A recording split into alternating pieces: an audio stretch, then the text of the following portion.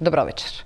На 12 април 2016 година, точно 10 години, почна шарената револуција. Поводот беше одлука на тогашниот претседател Ѓорѓе Иванов за аболиција од кривичен прогон на серија функционери откако веќе беше објавена аферата со прислушкуваните разговори. Вообичаено транзицијата изеде многу животи и луѓе. Растори многу семејства, но и револуцијата веднаш почна да ги јаде своите деца. 10 години подоцна многу и од актерите во шарената револуција, освен што велат политика повеќе не ме интересира, нескриено го споделуваат разочарувањето токму од таа нулта точка на општествениот договор: ако нема правда, не може да има мир и злосторството да не се повтори, кои се претворија во еден силен удар на принципите поради кои луѓето излегоа на улица. Што значи компромитацијата на граѓанскиот глас?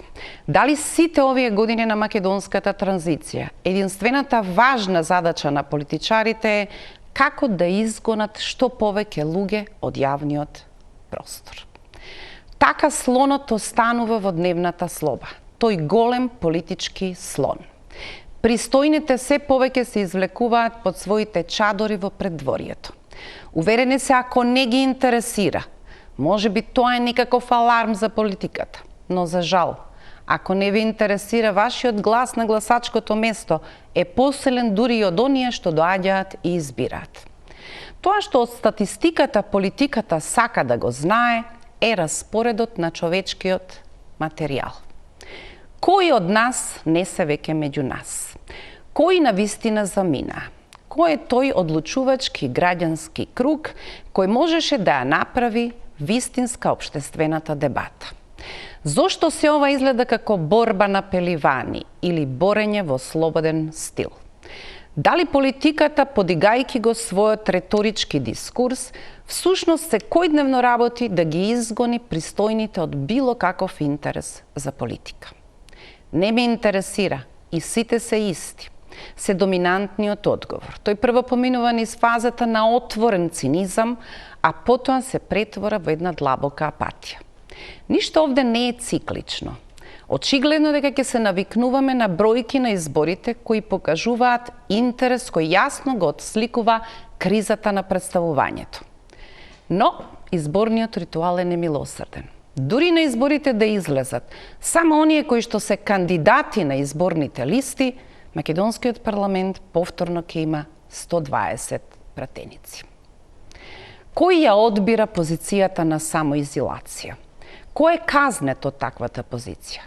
Може ли Македонија да одржи пристојна демократска култура и јавен дискурс за јавните политики, доволно важен кој ќе го маркира просторот во кој политиката не би смела да исчекори со така наречениот авторитет на изборниот мандат? И на крајот, се акумулира ли некаде таа апатија во евентуално потенцијална нова бомба? Имаат ли намера тие граѓани некогаш да возвратат? Која е точката на вриење од која нема назад?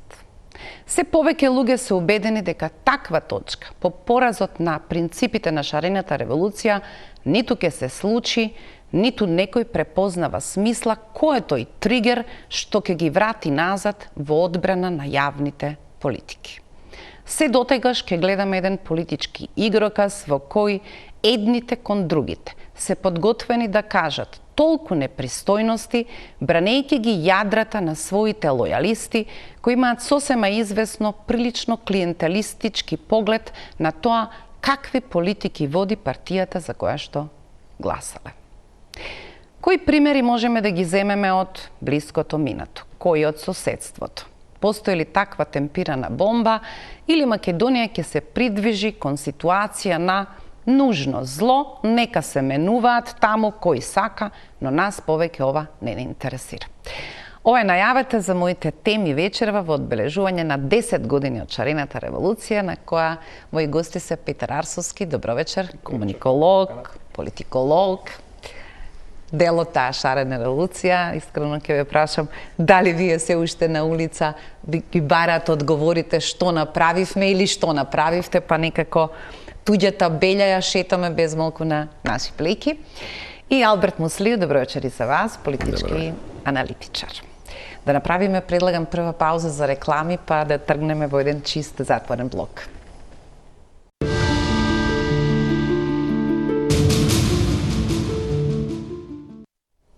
Да, се враќаме назад.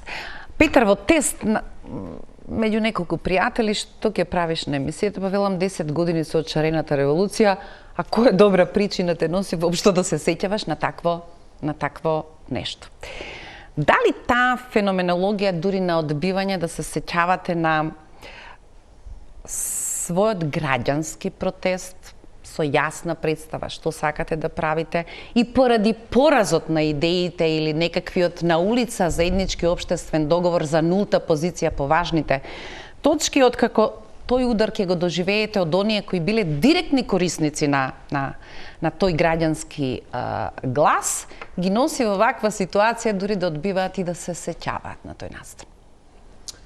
Масовната психологија вели дека гласањето на избори и граѓанскиот активизам, како тој што се појави за време на шарената револуција, се истовремено и емотивен влог.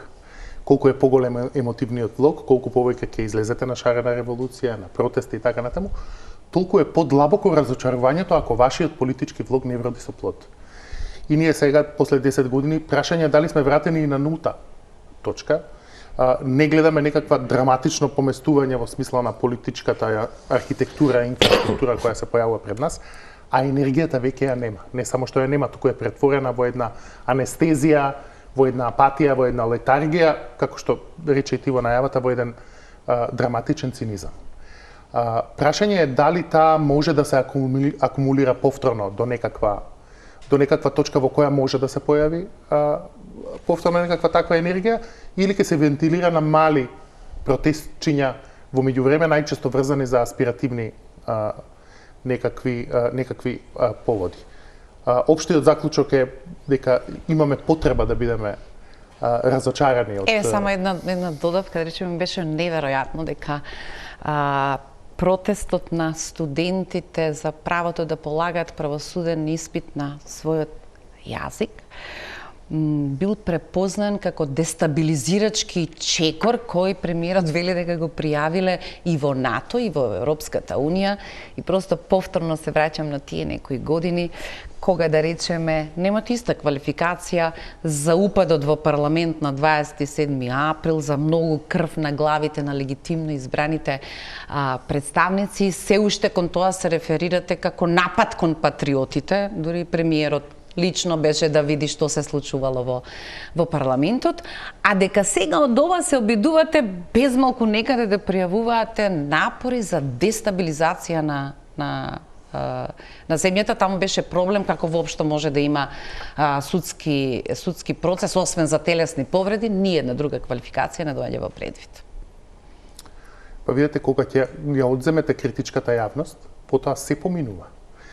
Вие кога немате некој кој критички ќе се осврне на односот на власта кон, да ги наречеме протестанти, како сакате, наречете ги, власта може да го обликува тој наратив така како што сака и да го инструментализира. Ако ја прифатиме основната теза дека за демократија е поздраво власта да се плаши од граѓаните, одошто граѓаните да се плашат од власта, вие имате сега едно целосно извртување на тој концепт, но морам да бидам искрен дека тоа се случува со пасивизација на критичката јавност, која полека се претвара во еден циничен воајер кој веќе малку како да бега и од сопствената одговорност. Не можеме да кажеме дека критичката јавност нема одговорност за политичкиот дискурс. Не може тој не може да се дефинира само на односот кон власта кон него. Мора да се дефинира и како односот на критичката јавност кон него. Луѓето имаат право да изберат да не бидат повеќе кловнови во една прилично организирана и затворена игра на партиските лојалисти. Ние се зборуваме за фази или период во кој техниките на контрола на перцепциите, на создавањето на перцепциите, се за тој степен професионализирани, се скоро на најскапиот дел во така наречената партиска политика, за која не е потребно да чекате избори, туку ги одржувате безмалку секојдневно, бидејќи од нив живеете и од нив ја добивате политичката дивиденда на избори. Луѓето кои се чувствуваат како кловнови, кои понекогаш поверувале дека нивната автентична енергија, интерес за темите, важноста за нулта точката околу која некако сме постигнале некаков општествен договор, дали се тоа целите каде ја гледаме Македонија, или се тоа целите кои се чекорите во кои се движиме кон пристојна земја за сите нас, имаат право да ја одберат таа позиција.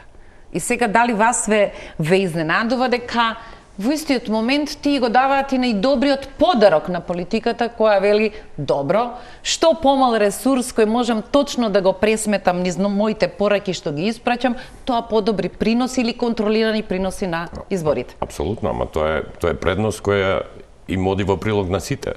Може би и на минатата власт да ја успееше тоа да го... Не зборувам сега за ВМРО-ДПМН, не зборувам генерално за една... И да може да го извадат тоа, да го изинструментализираат, секој дека ќе го користија. Него, за мене многу битен сегмент на цела оваа работа е мотивацијата и надежта. Okay?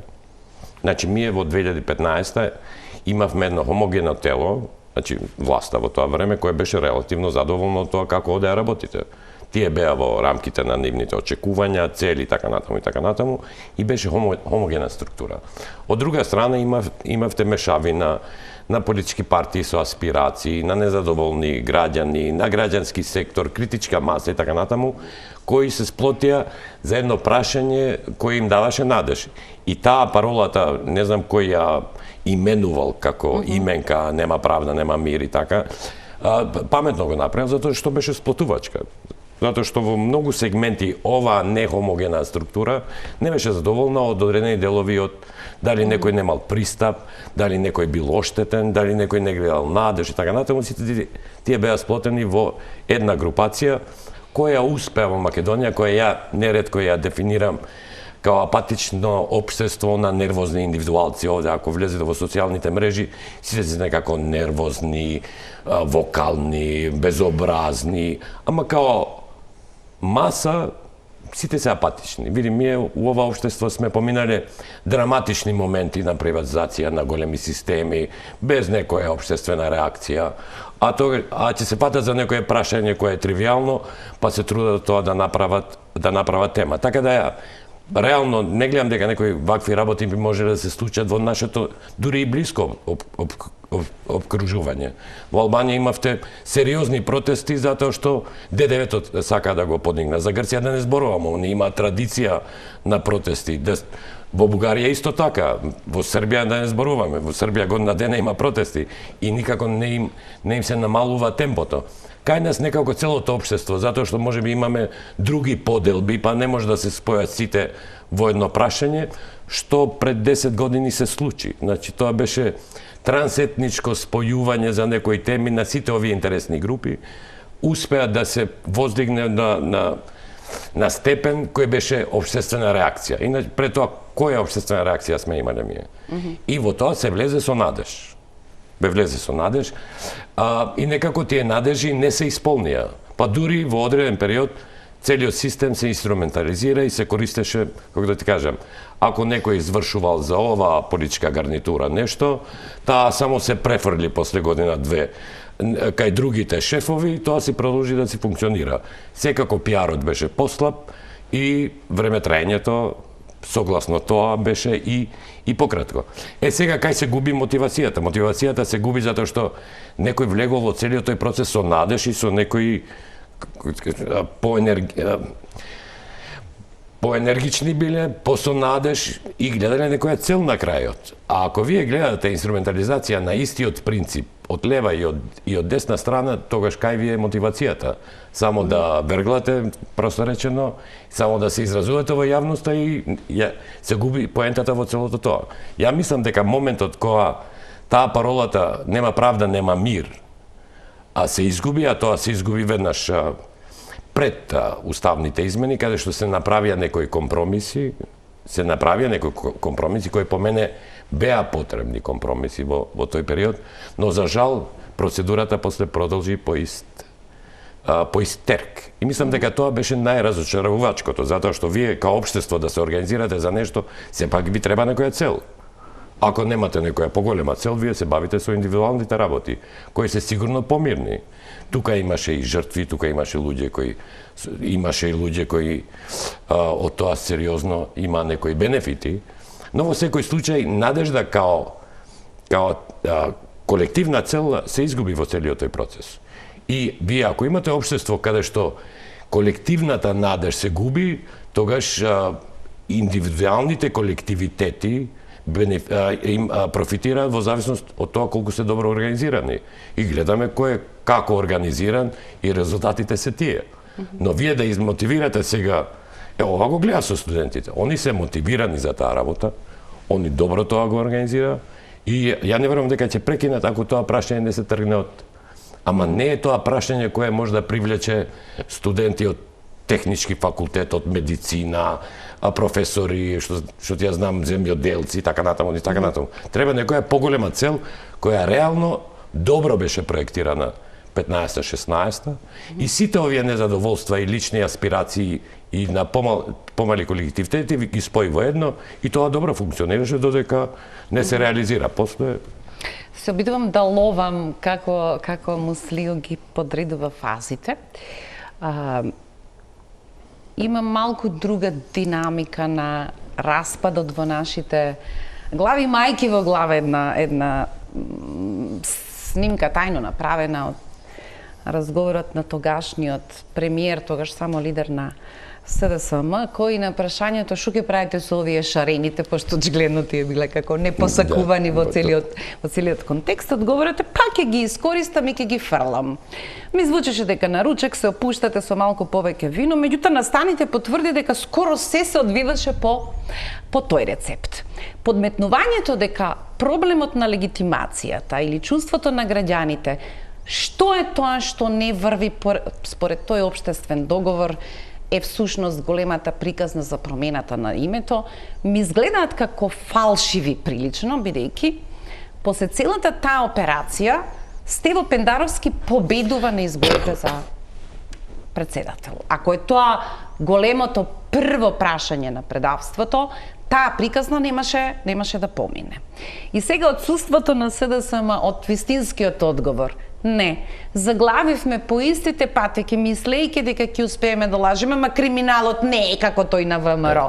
Ама не сме такви како нив, а во основа тоа е само разлика дали пакувате во целофан или пакувате во пристојна хартија, дека тоа е линијата на компрометацијата која однесе многу луѓе настрана од процесот со чувство дека се е исто, само се менуваат и дека граѓанскиот ангажман нема да промени ништо.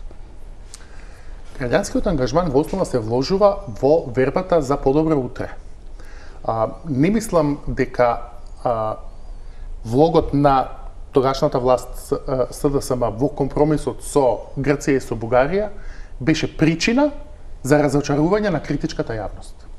Ако ја погледнете статистички операцијата, СДСМ ја имаше најголемата историска победа над ВМРО-ДПМН неколку месеци после референдумот за договорот со Грција. Така што приказната дека критичката јавност е разочарана од патриотизам не е точна. Односно не гледам статистички, не гледам емпириски доказ дека тоа влијаело, напротив, луѓето сметам дека сакаат да веруваат дека политичките елити имаат некаква визија и некаква цел, дека сепак се работи за лидерство, а не за менеджмент на имиџот, брендот и дневните пораки. Но кога ќе се вратиме, ако е тоа така, логично се поставува прашањето зошто ја нема таа енергија сега за пробив кон преговорите со ЕУ. Мислам дека има повеќе причини за тоа. Прво, ние немаме веќе луѓе. Најспособните, најобразованите, најкритичните луѓе се иселени. Тие што сакаат да одат во ЕУ, веќе се таму, сами. Второ, немаме приказна ова за која зборуваше Алберт. Тогаш шарената револуција имаше еден наратив кој како цунами помина низ сите поделби кои до тогаш биле создавани. И повеќе луѓе етнички, политички, од разни политички проминенци и така натаму, се сплотија во една заедничка идеја дека ова вака веќе не може. Ние таа приказна сега ја немаме. Најдобрите приказки, со исклучок на оваа на студентите која изгледа автентична, се поголема плата, поголема пензија, тутун, усје и така, значи се едни фрагментирани, фокусирани мали приказни. И трето, ние веќе немаме кој да ја слушне таа порака.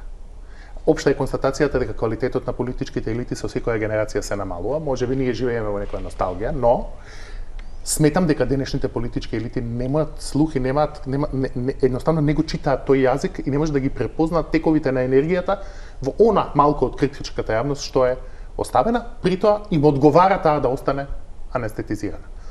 Така што... Ама дали не мислите дека овој припрост наратив во кој воопшто не се грижат дека тоа што сега го зборуваат е сосема различно од тоа што го зборувале во опозиција, без оглед дали се тоа ВМРО, дали е тоа СДСМ, е еден нивен скроз ограден театар кој има само една намера: да ги изгони пристојните околу и да ги конзумира само оние нервозни статуси на Facebook, да се обиде да ги управува тие брзи прсти кои ги имаат дефинитивните одговори за се и да продолжи да го канализира тоа низ високо професионализирани центри за комуникација, да истура секој ден соопштенија и едната и другата страна кои имаат само заглушувачка енергија во која едноставно ништо од тоа не можете да следите, или ако се обидете да следите, се велите, па добро, која е твојата морална поза сега ова да го зборуваш, да речеме кога зборуваме за левицата, после се што сте направиле со кривичниот закон, вие сметате дека е доволно да речете, се извинуваме, тоа беше грешка. Тоа не е грешка, тоа е кршење на костурот на системот за кој се договоривме дека не сме да дозволи таква тенденциозна промена која требаше да донесе за нив само политички бенефит. Во комуниколошка смисла, мислам дека би биле фрапирани кога би прочепкале малку подлабоко колку е софистициран тој механизам за менаџирање на јавната емоција. И колку сега постојат техники, микротаргетирање и веќе создаден волумен на знаење околу тоа како тоа се прави. Само неколку интермеца околу тоа. Например, за стабилократија, вие сакате граѓаните да бидат многу активни и многу нервозни на Facebook. Веќе тоа вентил. Тие што ќе се испукаат на Facebook нема да излезат на улица. Потоа, пинг-понг конференциите помеѓу партиските штабови имаат за цел да мобилизираат само партиска структура, бидејќи кога вие ќе ги исклучите неопределените, критичката јавност, изборот се сведе на тоа кој има болја партиска машинерија, кој има подобра партиска машинерија. На партиите тоа во основа им одговара, бидејќи го делат светот на на познавачи на состојбите, натрешниот круг и цивили кои треба да се исклучат од процесот. Трето, погледнете го ова што го прави Трамп. Вие во основа ја држите публиката шашардисана цело време. Кога би бил, така да цитираме на мој пријател, кога Трамп би бил во Холивуд, би снимал само трейлери. Никогаш не би снимил цел филм. Тоа е методот на комуникацијата во денешно време. Ни се погодија и генерациите, условно речено, од милениалс, навака генерација, Z генерација, алфа и така натаму, кои пак се на едно површно ниво воајерски заинтересирани за политика. Тоа е едно поле за тие комуникацијски техники и искрен да бидам, добро е што не ги разговараме во малку повеќе детајли. Ако го сведете најважното прашање на светот, ке видите во 20 часот како ќе исчезне цела една цивилизација, и тоа си го објавувате на собствената социјална мрежа, вие создавате потполно една култура за што всушност пишувате таму, за што седите во овалниот кабинет со сите своји овластувања, и тоа некако кога ќе се симнува, ајде ние не сме Вашингтон, ама да речеме нашиот премиер е во дневна доза, секој ден по некои сокаци, расправа за се, од уставни промени до вентилите на чешмите кои што ги пушта, и тоа ја папсува целата енергија. Тоа е многу добро документиран комуникацијски принцип на когнитивна дисонанца. Нас сега ако ни пукне една петарда тука, ќе скокнеме од столче. Меѓутоа, ако со денови ви пука петарда, ќе спиете додека пукаат петардите. И тој, ако го погледнете, например, принципот за кој ти изборуваш, во вторник ќе им дадам рок до петок, во петок ќе им дадам рок до вторник, во вторник ќе им дадам рок до петок и секој пат ќе ги уништам целосно. Почна Трета светска војна. Тоа ја цеди енергијата од електоратот. Електоратот и произведува зависна публика, а при тоа на таа публика и го намалува капацитетот за критичко процесирање на информациите. И таа станува зависна од дозата што ќе се даде во вторник и во петок, без никакво сериозно размислување.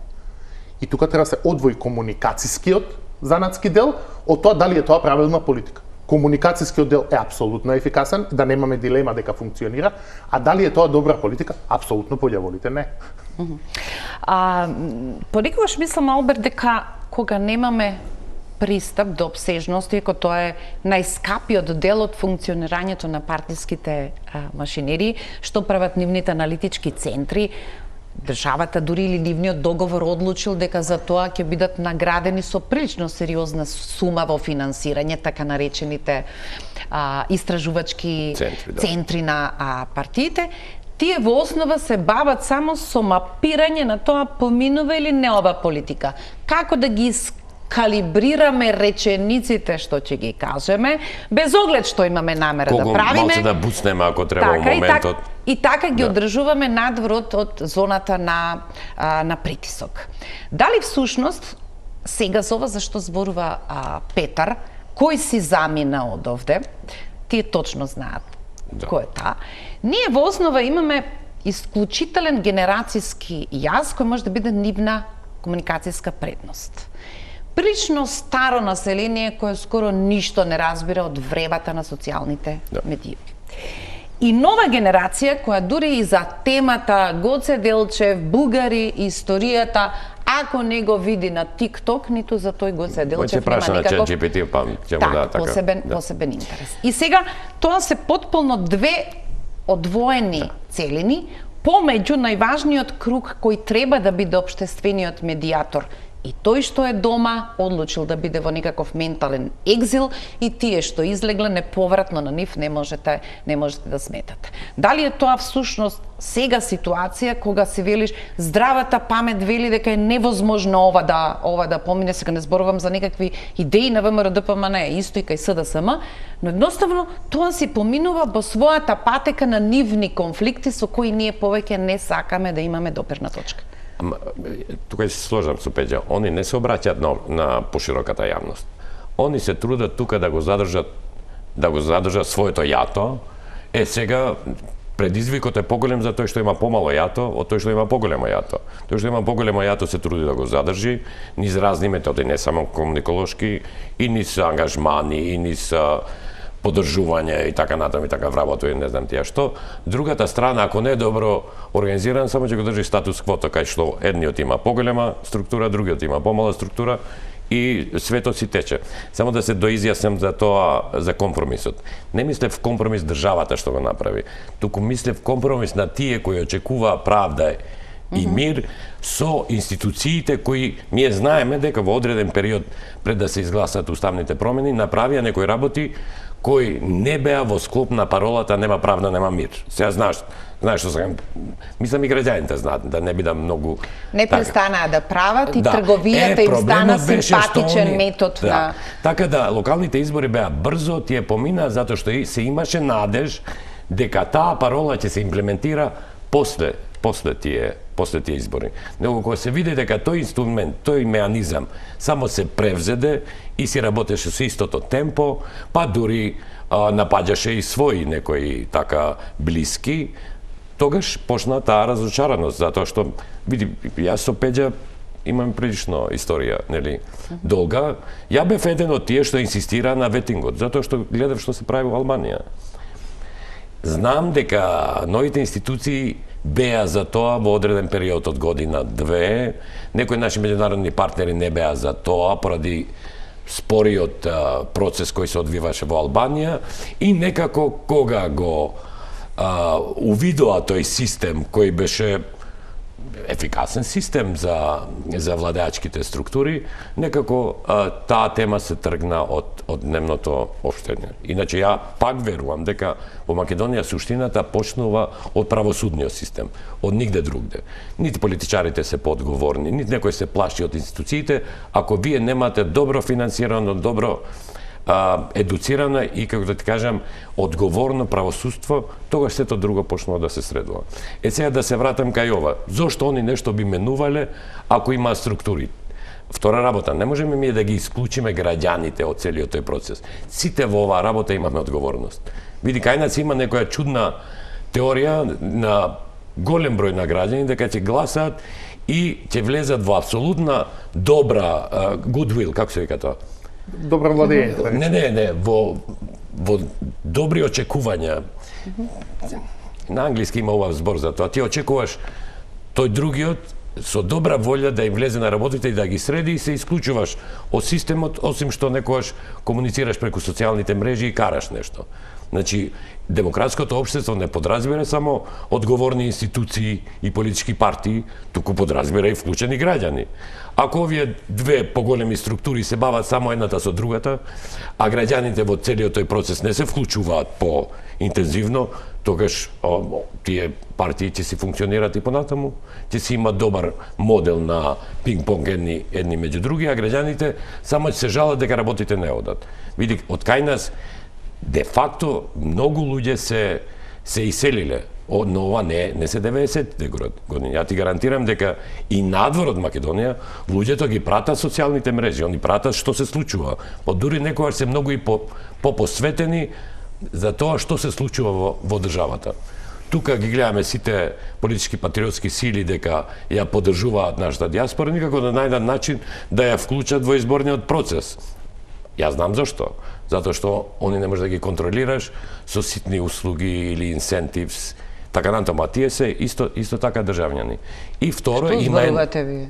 Како? Како ќе ги контролираш ти некоја диаспора во Германија, Швајцарија? Една од највелканите операции кога беше дозволено диаспората да гласа, кога ги не, тоа беше друг модел. Не подразбирам ја модел, кажеш од 100 ги регистрираш, одиш и ги регистрираш своите. Види сега, само да ти две работи имам. Ти за да гласаш во Америка треба да одиш од Сан Франциско, што ја знам од Чикаго или во Њујорк да се пријавиш, па да дојдеш да гласаш, па втор круг, трет, значи тоа ние имаме матични броеви, сега е технологијата развиена и ова сакам да го кажам. Има една сериозна групација на овие милениумци кои воопшто повеќе се секира што се случува по тие номадски, технономадски центри, отколку што се секира што се случува во секојдневието. Они добро заработуваат, они не зависат од дневната политика тука и апсолутно се исклучени од политичкото секојдневие. Значи, ми имаме такво општество. Едни не знаат технологија, другите знаат, не ги интересира, третите се поделени во кампови, и немаш кои овие бројки да ги смени помеѓу левото и десното. Тие се таму статични. Тоа што е посакувана опција кога политиколозите, комуниколозите анализираат е дека хигиената на просторот или квалитетот на културата на политичката дебата или потрагата по добриот заеднички компромис за здраво општество ја прават овие за кои што велиме дека одлучиле или да бидат во самоизолација или повеќе не се тука. Но ние сега перверзно имаме ситуација во која под терминот хигиена на просторот доаѓаат политичките партии кои сметат дека е одлично просторот да биде очистен од сите други и ги имаат на своја страна собствените лојалисти во кои партијата која сега е на власт реално е во предност затоа што таа има прилично дисциплинирана, револуционерна организирана структура и најчесто не паѓа под околу 300.000 гласови, што прави предност за тоа како ќе ги моделирате наративите и пораките. Дали така наречениот феномен, теоретски црн лебед,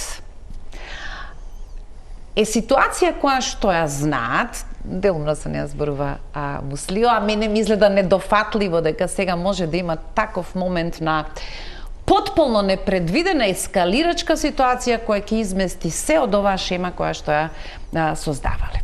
Но дека можеби не сум во право, да речеме, е проценката дека тоа се сепак високо емоционални моменти и искуството кое го поминавме со Кочани, по трагедијата и напорот на владата од првиот ден, како да ги затвори сите прозорчиња во кои би можело да биде видливо граѓанското незадоволство, револт, потребата да бидеме во жал на улиците. Дали тој момент покажува забрана за дронови, се носеше одлука, се приведуваа новинари, значи од првиот ден буквално како владата да чувствуваше дека ова е ситуација после која ќе патне. Дали тоа е порака дека сосема јасно разбираат од каде може да дојде така наречениот црн лебед? Основното прашање е дали оваа апатија го елиминира незадоволството или го складира са понатака до некаков момент на катарза. Скоро сите статус-кво жабарници во општествена смисла на крајот завршуваат со некаква политичка катарза. Прашање е кога, бидејќи и тајмингот е важен. Едно е ако вие имате подготвена критичка јавност која дише на врат на политичката елита и која може за година-две да ја прекипи и да создаде некаква нова политичка катарза, или се потребни 15 години. За 15 години секоја политичка елита ќе го умртви тоа јадро, па ако треба и со политички методи. Еве Орбан е таков пример. Но тоа што мора да го знаеме е дека во политиката природна е борбата помеѓу критичката јавност и политичките елити. Политичките елити секогаш притискаат критичката јавност да биде што е можно потивка. Тоа што се случува во Македонија не е дека се сменил притисокот на политичките елити. Критичката јавност ја снема. Се повлече. Некои се повлечени дома во папучи, некои се иселени, некои се разочарани, некои се цинични. Ние не знаеме дали таа ќе може во текот на наредните 3, 4, 5 години да реконституира некаква заедничка приказка и енергија за да ја врати својата улога во едно нормално општество. Ова општество нема нормален политички дискурс, но нема нормален политички дискурс затоа што критичката јавност ја нема. Не затоа што одеднаш политиката добила нови алатки, тие алатки и тој притисок постоел од секогаш. На крајот на крештата ние треба да бидеме свесни дека кога зборуваме за TikTok и за Reels и за стрим, вие треба да имате предвид дека некои од тие промени се поголеми од домашната политичка сцена. Некои се едноставно комуниколошки промени. Вие имате TikTok каде политиката и изјавите на премиерот за отварање чешма или отварање пат се на истиот рил со згодите и незгодите на Ким Кардашијан. И се надпребаруваат за истото внимание и истиот простор. Тоа влијае на начинот како се врамува политичкиот наратив. Го прави симплифициран, за брзо уживање, со поедноставени пораки и тој се обидува едни комплексни процеси, фала Богу ние немаме едноставни предизвици, да ги представи како црно-бело, затоа што му е тоа комуниколошкото милје. И потоа не треба да се чудиме дека во таква ситуација, оние кои имаат малку пософистицирано разбирање за комплексностите на политичкиот дискурс, ќе се исклучат. Дали можеме всушност од тоа да исчитуваме, да речеме, словеничките избори, последниот, пред 2 недели, беа чудна трка во која партијата на премиерот Голуб не беше фаворит. Буквално неколку дена пред изборите се случи шпиунски скандал со израелска логистика и тој, велам, во здраво демократско општество, независно што компромитирачките ситуации расветлуваат дека можеби разговараат и за некакви криминални дејанија некои од актерите кои беа снимени, ја разбудија критичката јавност до порака сите на гласачкото место во Словенија вакви манири на уривање на граѓанскиот глас низ инструмент на служби кои доаѓаат, го донесоа премиерот до победа сега. Еден пратеник, но тој не беше во таква позиција пред изборите. Дали тоа сведочи за зрело демократско општество кое го знае редот, разбира редот на нештата и важноста на граѓанскиот глас, наспроти да речеме Србија во која што не се случи со студентските протести, тие веќе прават година и половина, во меѓувреме поминуваат избори, СНС ја потврдува својата супериорност. Со целиот ризик да звучам како сноб. Ако прашањето е дали постои можност критичката јавност пријатно да не изненади после некаков инцидент во Македонија, разбудувајќи се одеднаш од својата хибернација и тоа да се случи релативно брзо и со релативно изненадување, најверојатно не.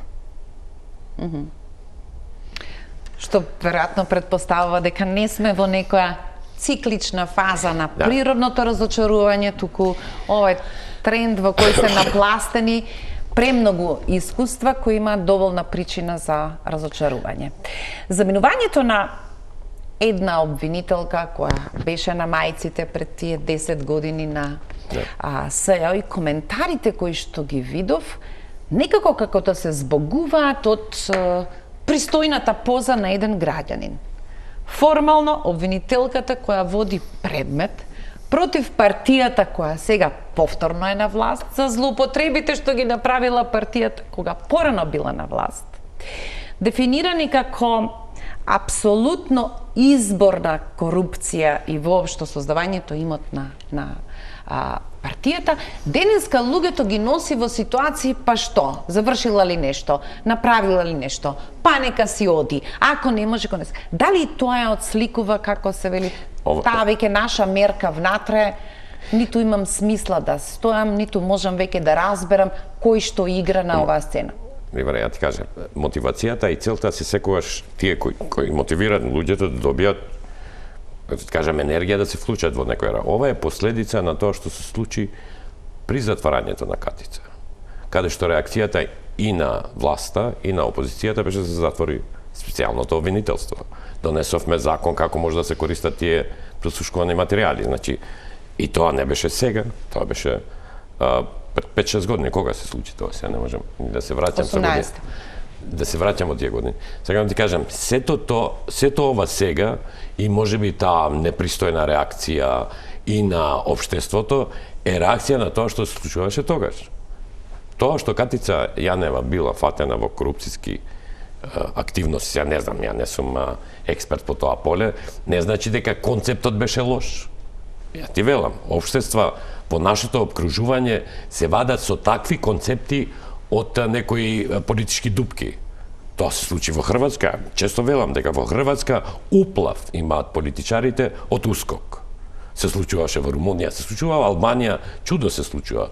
Заменици премиери тројца се еден во бегство, еден уапсен, другиот е под истрага. Како да кажам, најсветлата точка на иднината на владеачката партија е во притвор, градоначалникот на Тирана. Значи, таква катарза се случува таму. Кај нас многу лесно двете групации тој систем го затворија и сега ми имаме последици од тоа. Не е само Ленче, тука има многу луѓе кои под медискиот притисок кој тогаш се промовираше, нели, за нивните плати, нивната злоупотреба, така натаму, резултира се тоа дека на јавното мнение им е многу полесно сега да се приклучат кон таа вода дека нешто лошо сме затвориле, отколку рационално да размислуваат како можеше да биде. А тоа како можеше да биде не заврши сега. Тоа заврши во моментот кога и тогашната власт и сегашната власт се договорија таа институција да се затвори. Што очекуваме? Ме разбираш? Никој не стана и од тогашната власт, и од сегашната власт да каже, слушај, ова можеби сме го утнале, затоа што ми знаеме и како се дојде до таа институција, која беше половична по мене. Не може да правите јавно специјално обвинителство, да немате специјален суд, да немате специјални истражни органи. Ама таков беше моментот во тоа време. Но, пак мислам дека ова сега што го проживуваме, или нашиот однос како јавност кон фактот дека Ленче нели дала оставка, пак се провлекуваат некои наративи кои тогаш се спомнува, високи хонорари, што правеле, како не правеле.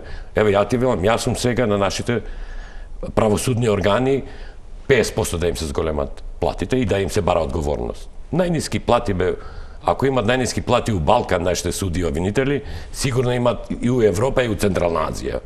Но, ти викам, ако у јавноста се прави атмосфера дека они се преплатени, а знаеш дека државата ти зависи од регулирање на тој систем, тогаш не можеме ние као граѓани да се амнестираме, ајде им ги смалиме платите, па после не оди. Па не оди.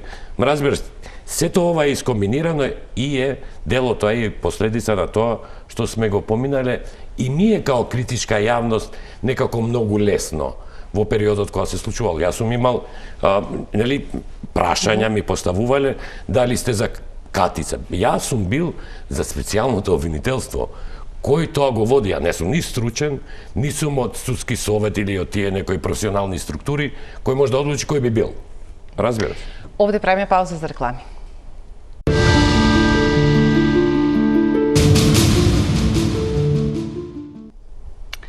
Ако тезата е дека не може да исчезне, човекот е политичко битие, може да се примири, едноставно може да не знаете со кого разговарате, тој некако акумулира, како се вели, или чува доволно контингент кога тоа ќе биде доволно добра причина, може да задоцни и кога ќе дојдат работите на неговиот грб, но тој тип на солидарност во смисла на таа широка заедница ние одамна не сме го пробале, ниту сме го одржувале и негувале. Ако се вака контейнерите тргнати, едни кои се сигурни, за нив ќе издвоите субвенции, ќе ветите на изборите, пензии, не е битно колку и како ќе ги заглавите формулите на пензискиот фонд, на државниот буџет. Имате сега една, како се вели, нова генерација која е непознаница, овие помеѓу или сами се тргнали или веќе не се тука.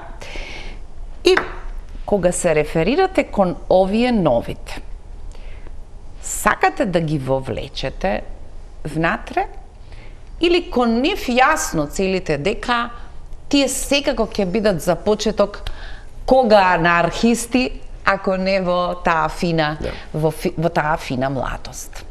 Кога тоа го пресликуваат во политичкиот простор, сега не дека јас тоа така го дефинирам, и нарекувајќи се овие од старата политичка црква, ние политичкиот мејнстрим и овие од левица, анархистите, антиестаблишментот, не системските. Дали сметате дека тие свесно работат во таквата поделба на куќа чија што врата сакаат да ја отворат, еве таму кај левица, затоа што така полесно ќе биде пресметан овој друг распоред на политичкиот мејнстрим за нивната игра? Антиестаблишмент и радикалните партии се секогаш корисна алатка за етаблираните партии. По правило, статичниот политички амбиент скоро секогаш оди во полза на оние што се на власт. Зошто? Затоа што тогаш кога сте на власт, вашите гласачи, вашето јадро кое го зголемувате, се најевтини гласачи. Вие не ги плаќате, вие ги плаќа буџетот преку субвенции, преку и така.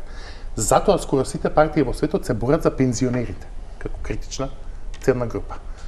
Тука има комуниколошки придобивки, затоа што лесно се допира до нив, има традиционални канали, стабилно гласачко тело се, и треба да имате предвид дека тие демографски се зголемуваат.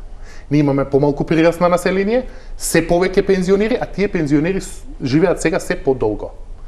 Така што имате демографско искривување, овие кои ги сметаме за анархисти, сепак не се голема демографска група во секое општество. Тие не можат да се претворат на таа возраст во предвидливи гласачи. Тие секогаш... Добро, но моето прашање беше имено знаејќи го тие карактеристики како да им отвараат вратата, дека еве вашето единствено пристојно место за занимавање со политика, вие левица. И начинот на кој што тие комуницираат со левица можеби упатува на тоа дека ова е прекомплицирано за нас да го моделираме, имаме веќе јасен наратив кој комуникацијски ни дава резултат и можеби ваквата резка поделба всушност внесува нови луѓе во овој политички ритуал за кој ние однапред се трудиме да отвориме единствената врата која демек е за нив. Оти тие велат индиректно. Не расте левица природно, туку затоа што ние сметаме дека со такви наративи, со такви политики едноставно не сакаме да се занимаваме и со таа додавка ние сме сериозни партии. Знам, еволутивно гласачите кои почнуваат како радикали и антиестаблишмент потоа тоа го компензираат со релативно конзервативни политички сваќања. Но тоа се надоврзува на мислам интересна е дебатата бидејќи се надоврзува на твоето претходно прашање. Моето лично уверување дека кога ќе им прекипи на овие што се апатични, тоа ќе донесе до скок на левица. Мислам дека тоа нашите политички елити го подценуваат. Засега левица изгледа премногу радикална, недоволно сериозна и возрасна во тој политички процес, но ќе дојде време кога на критичката јавност тоа ќе престане да им биде важно. Тоа ќе биде сигнал дека оваа складирана енергија... Кога единственото мото ќе биде сакаме драматичен дисконтинуитет. Кој е одговорот за иднината не ме интересира. Сакам да го запалиме Рајстагот. Не е важно. Кој вашите замоци да се запалат. Да. Види, ова се случува и на Запад. Само, например, во Америка има иницијатива од тоа идно членство, например, десничарите преку конзервативни иницијативи и така натаму, преку добро профилирана стратегија да ги привлекуваат младите конзервативци, затоа што ние не може да очекуваме дека тие млади се сите лево ориентирани, по-конзервативни, по-либерални, секако дека се као групација по-либерална, значи и подобро информирана од минатите генерација, но не значи дека они првенствено со вовлекување на нови теми во либералниот наратив, дека секогаш одат лево, не одат и десно они, одат по политички прашања. Не е исклучок темата за која што зборуваме, а не определувам дека таа оди лево. Сакам да ти кажам, иако се вика левица. Не, сигурно дека повеќе одат лево, затоа што се антиестаблишмент. Не се они. Сигурно. Не, да. Например, еве статистички да ги погледнеме протестите на студентите во Србија. Во наше време ние сме сметале студенти кои излезат на протести дека е тоа ултралиберално, левичарско. Не е баш така.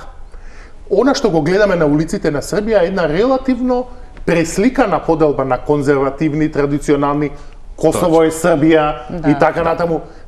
Студенти кои излегуваат на протести обединети околу некоја тема. Види, Чарли во Америка беше десен, конзервативен и он ја организираше сегмент на младата популација која by default, следната фаза политичка и беше да се приклучи кон десницата, значи не можеше да се чека тоа. Одма од кај Чарли одиш во републиканска партија. Што мислам дека тоа поле било сериозно отворено, можеби 30, 40, 50 години за левицата. После која ќе порасне, ќе се определува за која политичка партија се. Така да кај нас, ако се оставаат тие, мислам дека политички ќе им биде грешка. Затоа што со младите мора малце и да се поработи. И мислам дека ќе се освестат за тоа, дали преку политички структури, дали преку вон партиски структури, ќе се трудат тоа потенцијално конзервативно јадро да го привлечат на време дури во млади години кон нивните политички центри. Да. Како во една политичка мимикрија Божем се митареле, левицата завршила со многу повисока цена.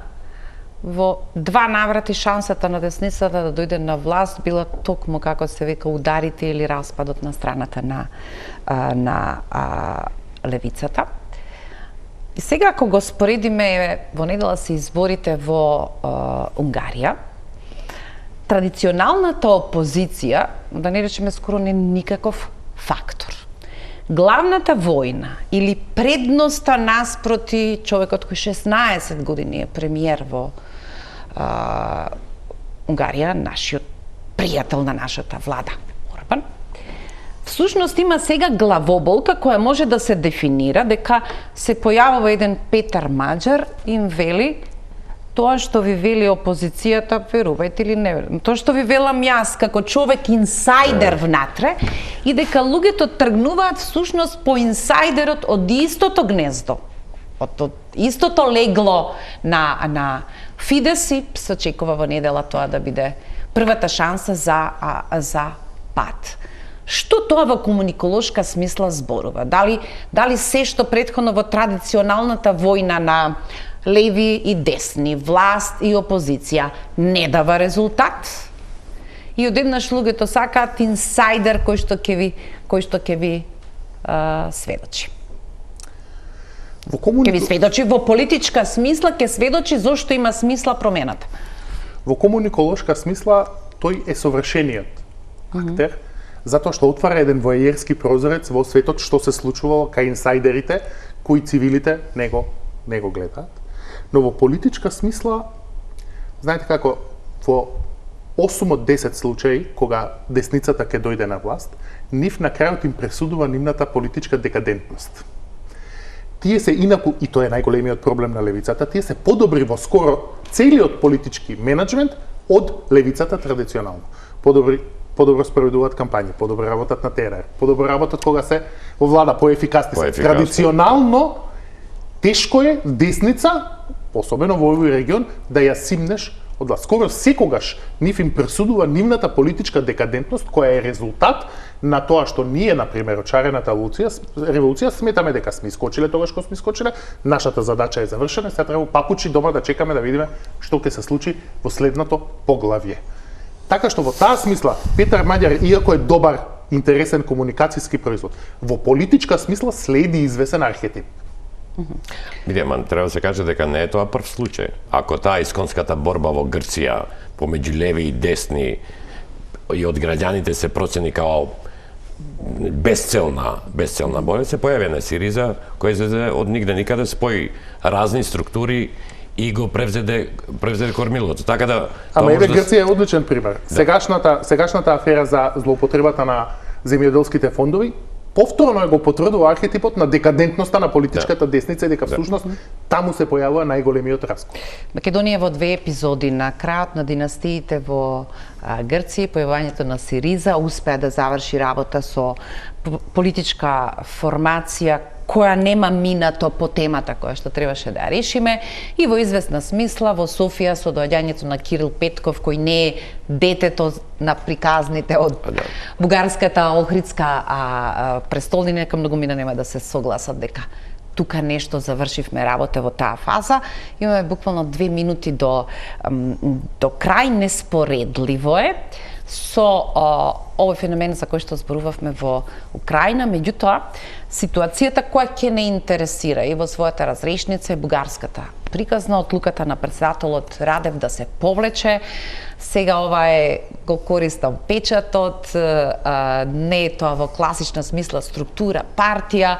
Од првите митинзи тоа изгледа исклучително 21 век, повеќе од овие кои туркаат избори со години, иако во заднина веројатно нарацијата е нешто сосема друго, меѓутоа анкетите му предвидуваат дека тој ќе биде големиот победник на изборите, можеби не во доболна бројка. Зашто зборува таа динамика кога во предвид колку избори помина и Бугарија и колку гласачите од еден до друг изборен циклус како да беа во кладилница?